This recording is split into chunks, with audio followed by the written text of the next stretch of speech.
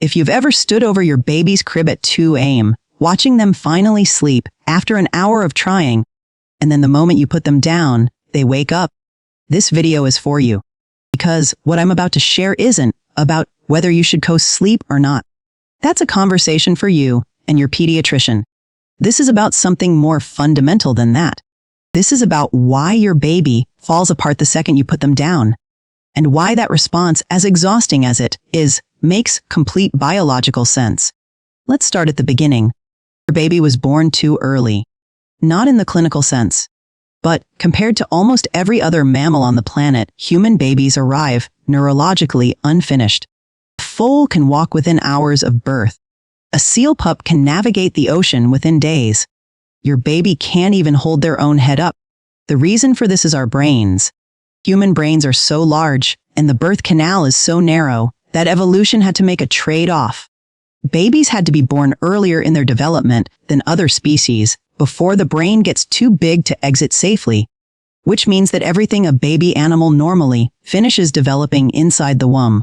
Your baby has to finish developing on the outside, in the world, with you. And here's where it gets important. For the first several months of life, your baby cannot regulate their own basic systems. Their body temperature fluctuates. Their heart rate is unstable. Their breathing is irregular. Their stress response is immature. They need an external regulator. And that external regulator, the one their biology is specifically designed to expect, is you. James McKenna, an anthropologist at the University of Notre Dame who has spent decades studying infant sleep, found something remarkable. When a mother and baby sleep in close proximity, their bodies actually synchronize. Heart rate, breathing patterns, sleep cycles, they fall into rhythm with each other. The baby's immature systems essentially borrow stability from the mother's mature ones. McKenna calls this brace sleeping when it involves a nursing mother. The synchrony itself happens with any close caregiver. This is not a parenting philosophy. This is physiology. Your baby's body is literally designed to be near yours. Now here's something that surprised me when I first read about it. Researchers have found that when babies are placed alone to sleep, even for a short period, their cortisol levels rise. Cortisol is the body's primary stress hormone.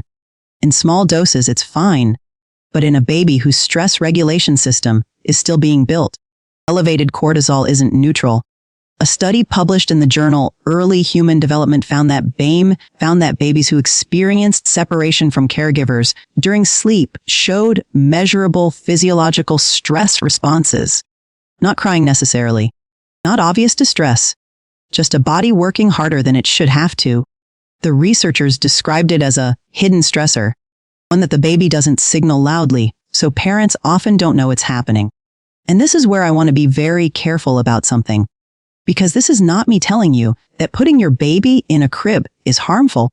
It is not. Millions of babies sleep in cribs and grow up completely fine, securely attached, healthy, happy. What the research is telling us is that the desire to be close to you is not a behavioral problem to be fixed. It is not spoiling. It is not manipulation. It is a biological drive, as real and as legitimate as hunger.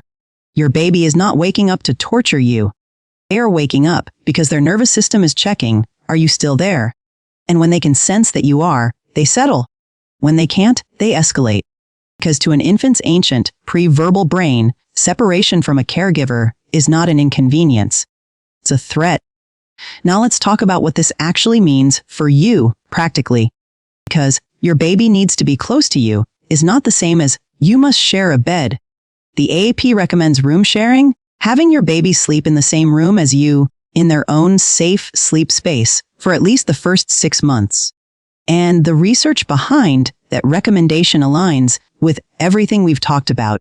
Proximity is what the baby's biology is seeking. Not necessarily skin-to-skin contact all night, just the sound of your breathing, the rhythm of your movements, the faint warmth of your presence in the room.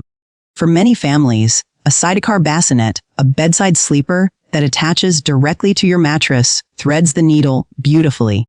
Baby is close enough to sense you, in their own safe space. You can reach them in seconds.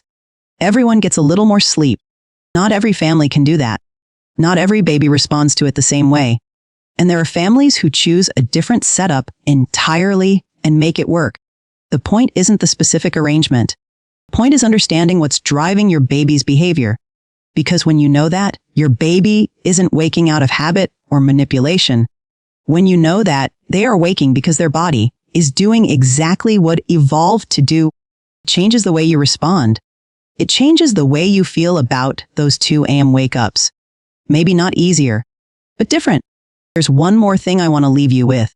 The season of your baby needing you this intensely at night, it is genuinely one of the shortest seasons of parenthood. I know it doesn't feel that way at 3 a.m. I know it feels like it will last forever. It won't.